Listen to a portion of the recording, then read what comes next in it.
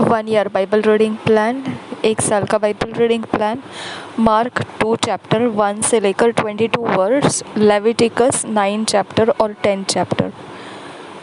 1 साल का Bible reading plan, मरकुस रचित सुसमाचार 2 अध्याय का 1 से 22 वचन और लेवियों की पुस्तक 9 अध्याय और 10 अध्याय। इंग्लिश में हम किंग्स जेम्स वर्शन में से पढ़ेंगे और हिंदी में हम BSI बाइबल में से पढ़ेंगे।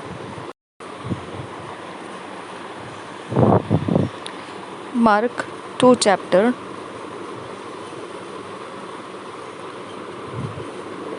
Christ healeth me sick of the palsy, call of Matthew, etc.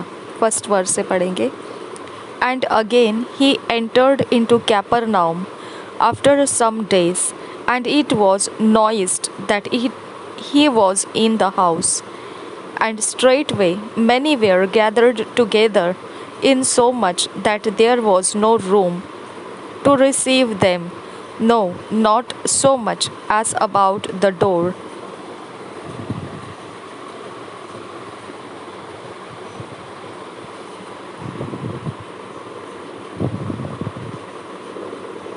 And he preached the word unto them. And they come unto him, bringing one sick of the palsy, which was borne of 4. And when they could not come nigh unto him for the press, they uncovered the roof where he was, and when they had broken it up, they let down the bed wherein the sick of the palsy lay. When Jesus saw their faith, he said unto the sick of the palsy, Son, thy sins be forgiven thee. But there were certain of the scribes sitting there, and reasoning in their hearts, Why doeth this man thus speak blasphemies? Who can forgive sins but God only? And immediately when Jesus perceived in his spirit that they so reasoned within themselves, he said unto them, Why reason ye these things in your hearts? Whether is it easier to say to the sick of the palsy, Thy sins be forgiven thee, or to say, Arise and take up thy bed and walk? But that ye may know that the Son of Man hath power on earth to forgive sins. He saith to the sick of the palsy, I say unto thee, Arise and take up thy bed, and go thy way into thine house. And immediately he arose, took up the bed, and went forth before them all, insomuch that they were all amazed and glorified God, saying, We never saw it on this fashion. And he went forth again by the seaside, and all the multitude resorted unto him, and he taught them.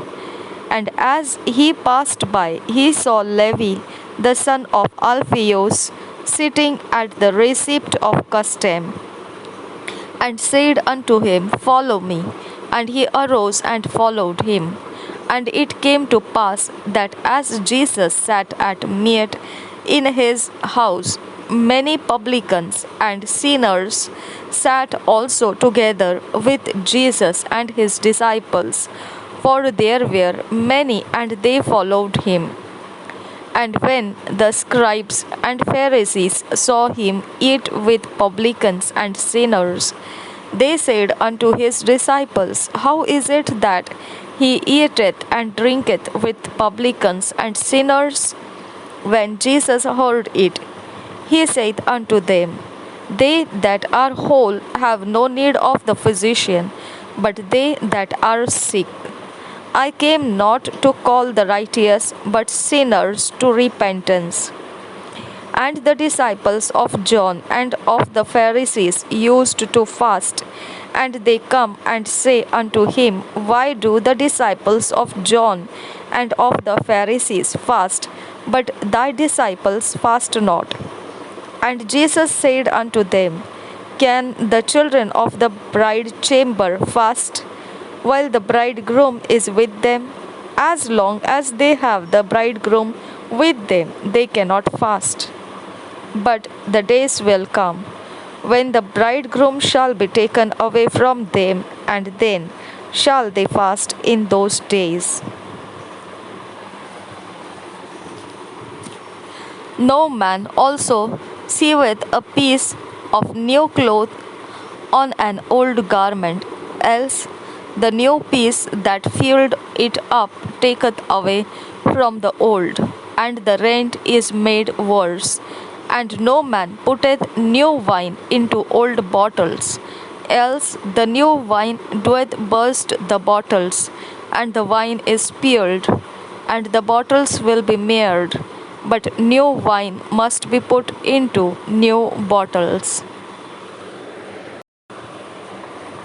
मरकुस रचित सुसमाचार 2 अध्याय 1 वचन से 22 वचन तक पढ़ेंगे।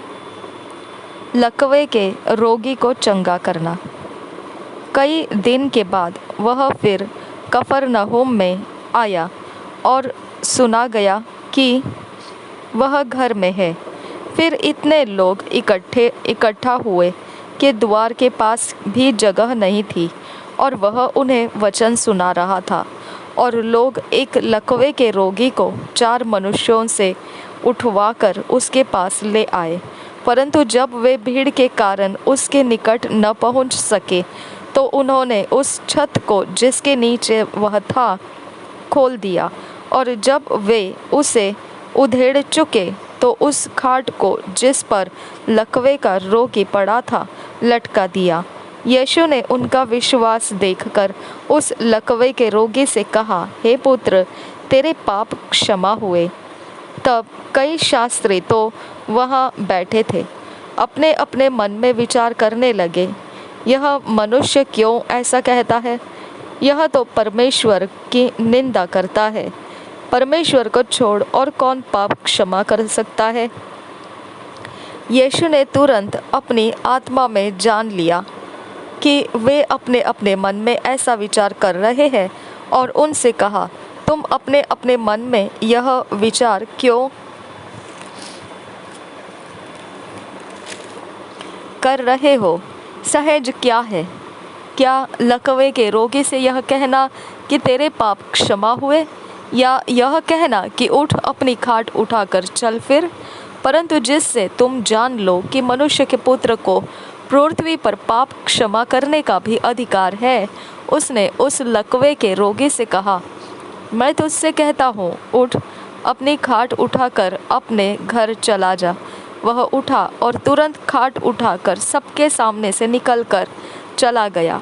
इस पर सब चकित हुए और परमेश्वर की बड़ाई करके कहने लगे, हमने ऐसा कभी नहीं देखा। लेवी का बुलाया जाना 13 वचन से आगे। वह फिर निकलकर झील के किनारे आया और सारी भीड़ उसके पास आई, और वह उन्हें उपदेश देने लगा। जाते हुए उसने हलफई के पुत्र लेवी को चुंगी की चौकी पर बैठे देखा, और उसने कहा, मेरे पीछे हो ले, और वह उठकर उसके पीछे हो लिया। जब वह उसके घर में भोजन करने बैठा, तब बहुत से चुंगी लेने वाले और पापी यीशु और उसके चेलों के साथ भोजन करने बैठे, क्योंकि वे बहुत से थे और उसके पीछे हो लिए थे। शास्त्रियों और फरीसियों ने यह देखकर कि वह तो पापियों और चुंगी लेने वालों के साथ भोजन कर रहा है, उसके चेलों से कहा, वह तो चुंगी लेने वालों और पापियों के साथ खाता पीता है। यीशु ने यह सुनकर उनसे कहा, भले चंगों को वैद्य की आवश्यकता नहीं, परंतु बीमारों को है। मैं धर्मियों को नहीं, परंतु पापियों को बुलाने आया हूँ। उपवास का प्रश्न 18 वचन से आगे। यूहन्ना के चेले और फरीसी उपवास करते थे, और उन्होंने आकर उससे कहा, यूहन्ना के चेले और फरीसियों के चेले क्यों उपवास रखते हैं, परंतु तेरे चेले उपवास नहीं रखते? यीशु ने उनसे कहा, जब तक दूल्हा बारातियों के साथ रहता है, क्या वे उपवास कर सकते हैं? अतः जब तक दूल्हा उनके साथ है, तब तक वे उपवास नहीं कर सकते। परंतु वे दिन आएंगे जब दूल्हा उनसे अलग किया जाएगा, उस समय वे उपवास करेंगे। कोरे कपड़े का पैबंद पुराने वस्त्र पर कोई नहीं लगाता, नहीं तो वह पैबंद उसमें से कुछ खींच लेगा, अर्थात नया पुराने से, और वह पहले से अधिक फट जाएगा।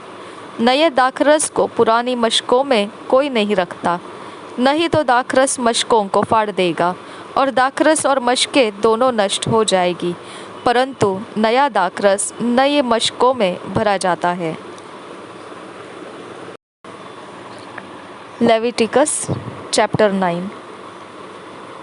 Aaron's sin offering and burnt offering for himself and the people. Moses and Aaron blessed the people, and fire cometh out from the Lord upon the altar. First verse से पढ़ेंगे. And it came to pass on the 8th day that Moses called Aaron and his sons and the elders of Israel, and he said unto Aaron, Take thee a young calf for a sin offering, and a ram for a burnt offering, without blemish, and offer them before the Lord. And unto the children of Israel thou shalt speak, saying, Take ye a kid of the goats for a sin offering, and a calf and a lamb both of the first year, without blemish, for a burnt offering. Also a bullock and a ram for peace offerings, to sacrifice before the Lord, and a meat offering mingled with oil. For today the Lord will appear unto you. And they brought that which Moses commanded before the tabernacle of the congregation, and all the congregation drew near and stood before the Lord. And Moses said, This is the thing which the Lord commanded that ye should do, and the glory of the Lord shall appear unto you. And Moses said unto Aaron, Go unto the altar, and offer thy sin offering and thy burnt offering, and make an atonement for thyself and for the people, and offer the offering of the people, and make an atonement for them, as the Lord commanded. Aaron therefore went unto the altar and slew the calf of the sin offering which was for himself. And the sons of Aaron brought the blood unto him, and he dipped his finger in the blood, and put it upon the horns of the altar, and poured out the blood at the bottom of the altar. But the fat and the kidneys and the caul above the liver of the sin offering he burnt upon the altar, as the Lord commanded Moses. And the flesh and the hide he burnt with fire without the camp. And he slew the burnt offering, and Aaron's sons presented unto him the blood which he sprinkled round about upon the altar. And they presented the burnt offering unto him, with the pieces thereof, and the head, and he burnt them upon the altar. And he did wash the inwards and the legs, and burnt them upon the burnt offering on the altar. And he brought the people's offering, and took the goat, which was the sin offering for the people, and slew it, and offered it for sin as the first. And he brought the burnt offering, and offered it according to the manner. And he brought the meat offering, and took an handful thereof, and burnt it upon the altar, beside the burnt sacrifice of the morning. He slew also the bullock and the ram for a sacrifice of peace offerings, which was for the people. And Aaron's sons presented unto him the blood which he sprinkled upon the altar round about, and the fat of the bullock and of the ram, the rump and that which covereth the inwards, and the kidneys, and the caul above the liver. And they put the fat upon the breasts, and he burnt the fat upon the altar. And the breasts and the right shoulder Aaron waved for a wave offering before the Lord, as Moses commanded. And Aaron lifted up his hand toward the people, and blessed them, and came down from offering of the sin offering, and the burnt offering, and peace offerings.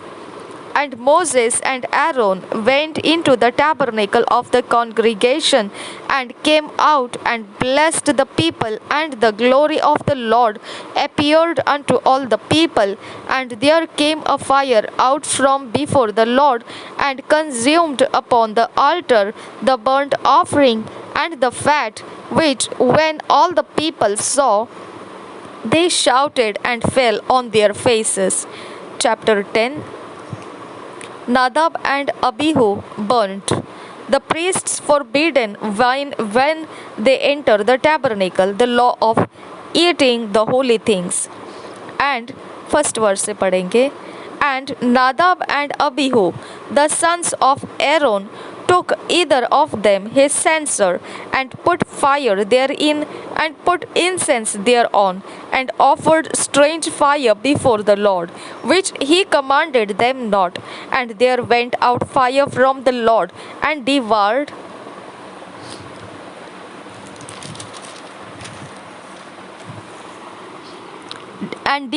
them, and they died before the Lord.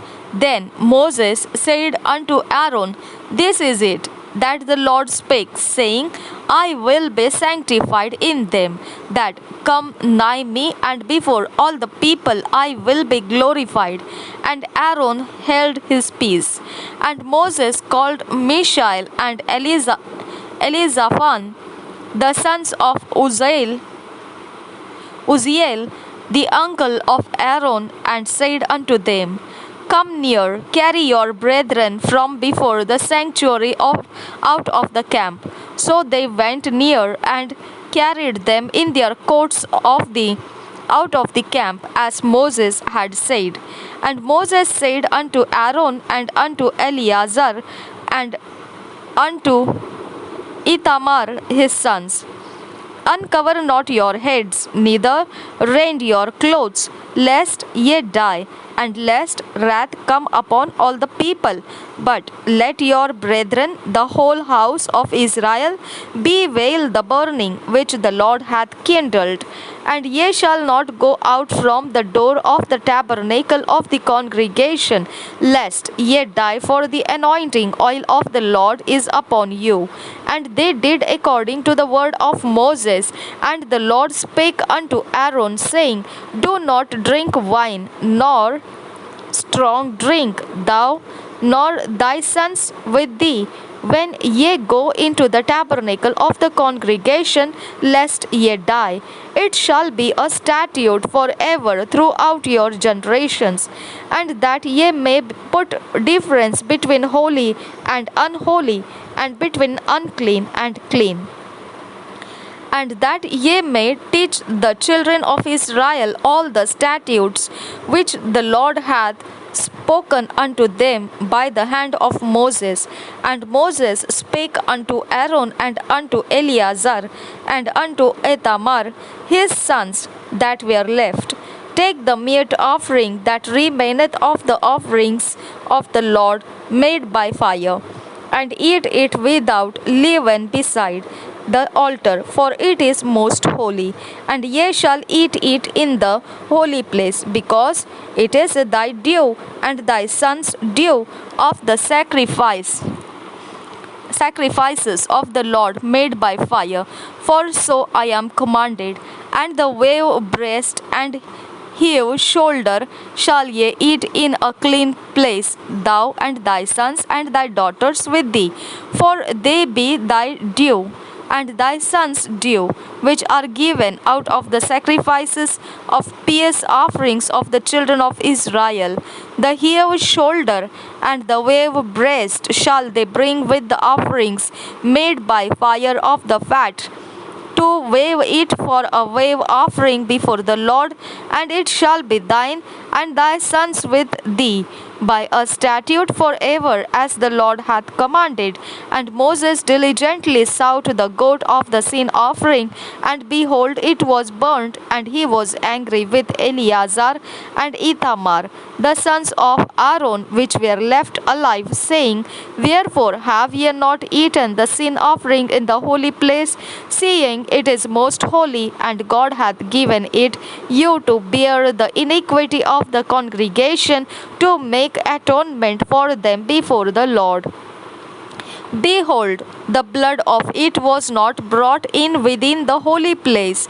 Ye should indeed have eaten it in the holy place, as I commanded. And Aaron said unto Moses, Behold, this day have they offered their sin offering and their burnt offering before the Lord, and such things have befallen me. And if I had eaten the sin offering today, should it have been accepted in the sight of the Lord? And when Moses heard that, he was content. लैव्य व्यवस्था 8 लैव्य व्यवस्था 9 अध्याय और 10 अध्याय।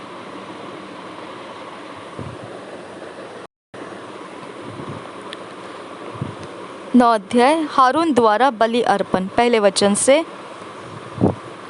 8वें दिन मूसा ने हारून और उसके पुत्रों को और इस्राएली पुरनियों को बुलवाकर हारून से कहा, पाप बलि के लिए एक निर्दोष बछड़ा और होम बलि के लिए एक निर्दोष मेढ़ा लेकर यहोवा के सामने भेंट चढ़ा। और इस्राएलियों से यह कहे, तुम पाप बलि के लिए एक बकरा और होम बलि के लिए एक बछड़ा और एक भेड़ का बच्चा लो, जो 1 वर्ष के हो और निर्दोष हो। और मेल बलि के लिए यहोवा के सम्मुख चढ़ाने के लिए एक बैल और एक मेढ़ा और तेल से सने हुए मैदे का एक अन्न बलि भी ले लो, क्योंकि आज यहोवा तुमको दर्शन देगा।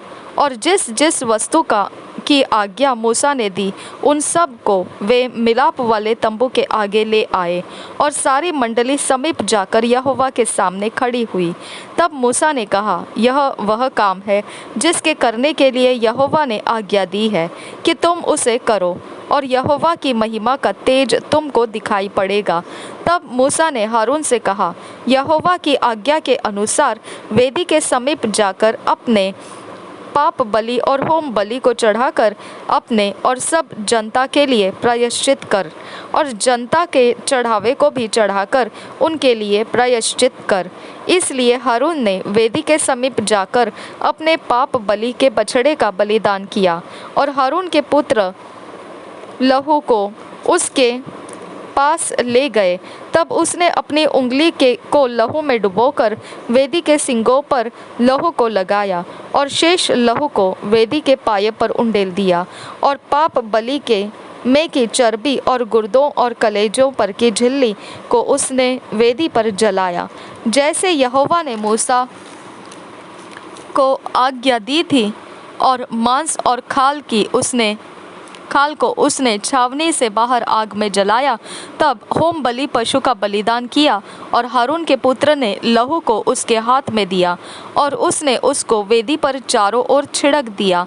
तब उन्होंने होम बलि पशु को टुकड़े टुकड़े करके सिर सहित उसके हाथ में दे दिया, और उसने उनको वेदी पर जला दिया।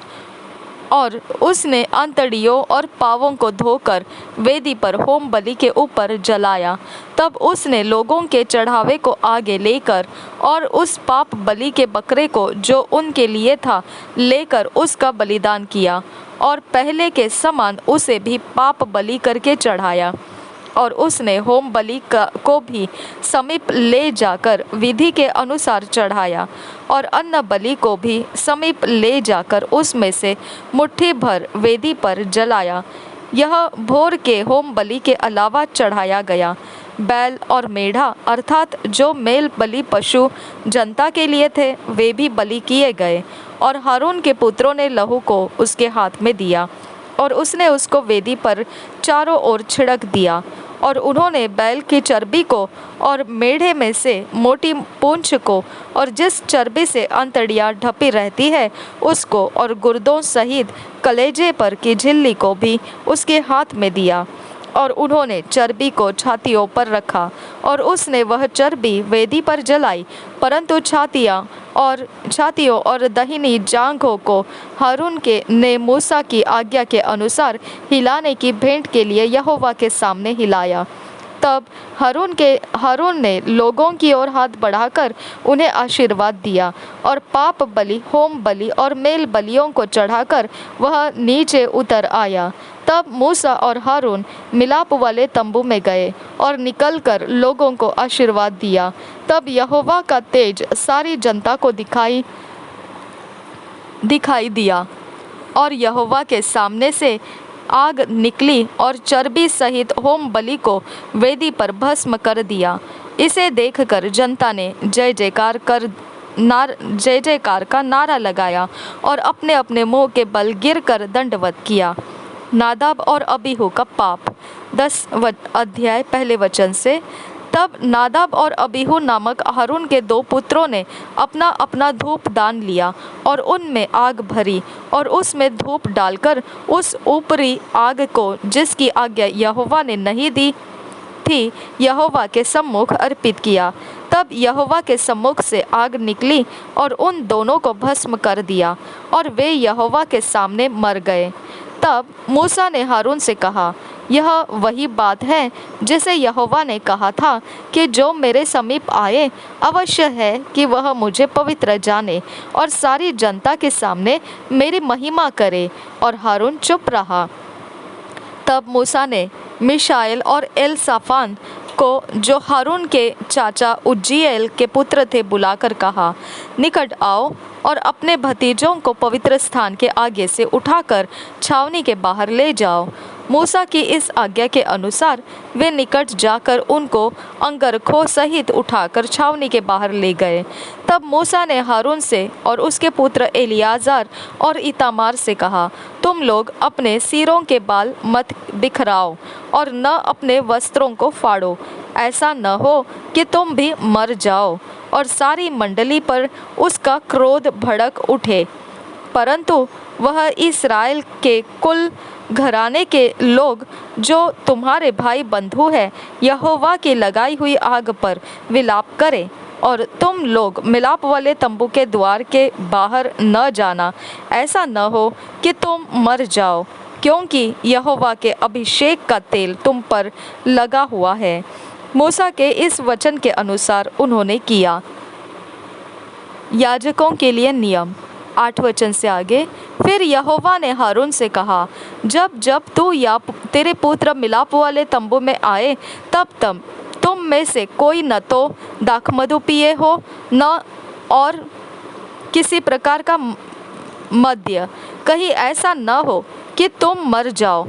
तुम्हारी पीढ़ी पीढ़ी में यह विधि प्रचलित रहे, जिससे तुम पवित्र और अपवित्र में और शुद्ध और अशुद्ध में अंतर कर सको और इस्राएलियों को उन सब विधियों को सिखा सको जिसे यहोवा ने मूसा के द्वारा उनको बता दी है।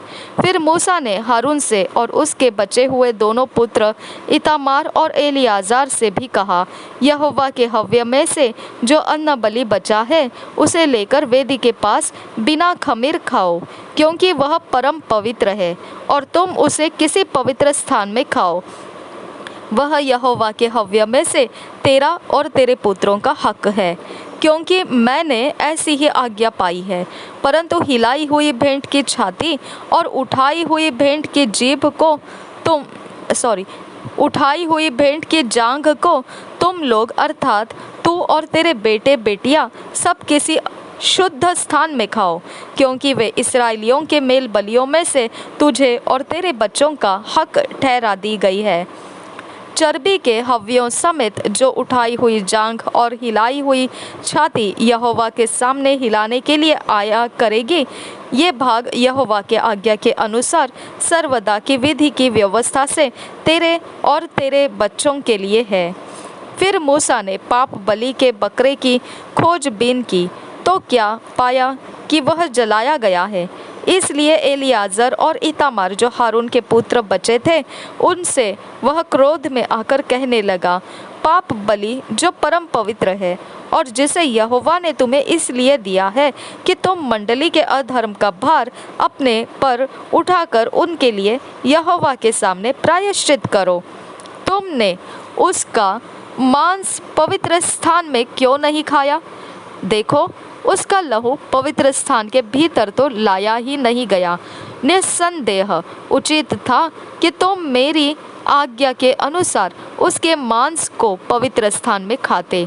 इसका उत्तर हारून ने मूसा को इस प्रकार दिया, देख, आज ही उन्होंने अपने पाप बलि और होम बलि को यहोवा के सामने चढ़ाया, फिर मुझ पर ऐसी विपत्ति आ पड़ी है। इसलिए यदि मैं आज पाप बलि का मांस खाता तो क्या यह बात यहोवा के सम्मुख भली होती? जब मूसा ने यह सुना तब उसे संतोष हुआ। 2 years बाइबल रीडिंग प्लान, 2 साल का Bible reading plan. Matthew 14 chapter 34 वचन से लेकर 15th चैप्टर के 1 वचन से 9th वचन तक। Genesis 47 chapter. 2 साल के बाइबल रीडिंग प्लान में मत्ती रचित सुसमाचार 14 अध्याय में से 34 वचन को शुरू करना है और आगे बढ़कर 15 अध्याय में जाकर 1 वचन से लेकर 9 वचन तक पूरा पढ़ना है और उत्पत्ति 47 अध्याय। 2 साल के Bible reading 2 years Bible reading plan. हम अपने व्यक्तिगत समय में अकेले में बैठकर हमने बाइबल स्टडी के अनुसार इसे पूरी मन लगाकर स्टडी करते हुए इसे पढ़ना है। और उस समय जब परमेश्वर का वचन हमारे अंदर कोई चीज़ें बदलना चाहे, हमारे स्वभाव में, हमारे सोचों में, या हमारे कोई गहरी बातें हैं जो परमेश्वर वचन को हमारे सामने लाकर दिखा रहा है कि ये बातें हैं कि हमने उसे सुलझाना है, तो हमने वो सारे नोट्स बनाकर रखना है और फिर आगे चलकर हमने उसके अनुसार अपने जीवन में वचनों को लागू करना है। और आगे 2 साल का ये बाइबल स्टडी ख़त्म होने के वक्त में एक अलग व्यक्ति, परमेश्वर के वचन से ढला हुआ व्यक्ति, तैयार परमेश्वर के काम के लिए हम प्राप्त हुए जाएंगे। हमें यह परमेश्वर के अनुग्रह से ही हो सकता है ऐसा करना। इसीलिए प्रभु हमें अनुग्रह दे इस विषय में। प्रभु यीशु मसीह हम सब के साथ बना रहे। आमीन, आमीन, आमीन।